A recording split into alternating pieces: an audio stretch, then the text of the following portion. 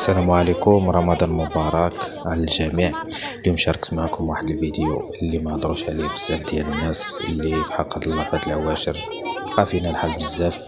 هذا اللي ما عارفش شنو واقع، فسروا له شنو كاين. هذا واحد الطوار جاي يفشلوه في البلايص اللي كنضربوهم الزلزال.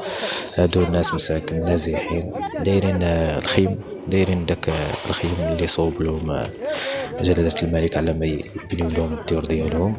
وواحد مجموعة ديال النساء ما شاء الله كانوا حاطين تيتجمعوا في واحد داك الخيمة، تيحطوا فيها الكتب القرآنية وتيجلسوا تيقراو القرآن وتيحفظوه، تيديروا جلسات دينية بيناتهم. وتيدخل عليهم واحد السيد تا هو باين لي من الدوار، اللي في حق الله دار واحد الغلط كبير، وراجل كبير ما الله يهديه. حنا بغينا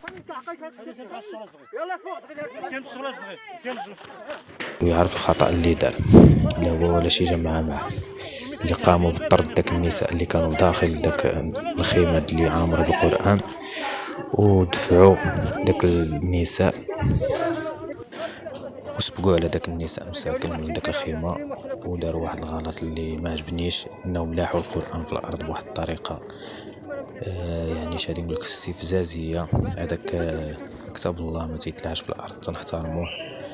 حتى كنتو لا بغيتو ديروا شي حركة بحال هكا ما تهزوش كتاب الله وتلوحوه في الارض وطردوا داك الناس بهذه الطريقة هذه. يعني ماشي تيديروا شي حاجة حرام ولا مجموعين تيديروا شي حاجة اللي هي خايبة. الناس مجموعين تما كاين على القرآن وعلى الأحاديث كما تتشوفوا، يعني دخلوا عليهم على غفلة، واللي تيصور راه صور داك الشيء بالواقع الملموس.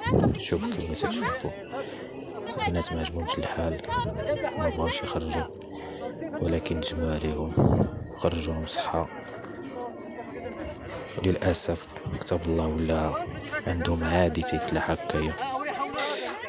حنا الناس ديال الشلوح تنحترموهم، عارفينهم الناس دينيين، ولكن هادو راهم ما تيمثلوش الشلوح اللي تنعرفو حنايا.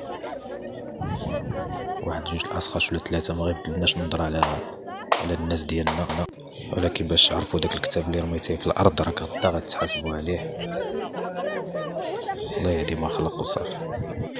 نتمنى من الله نتمنى من الله يهديهم الله ويرجعوا للصواب ديالهم، ويخليو داك الناس ترونكيل عليهم تيديروا شي حاجه حرام.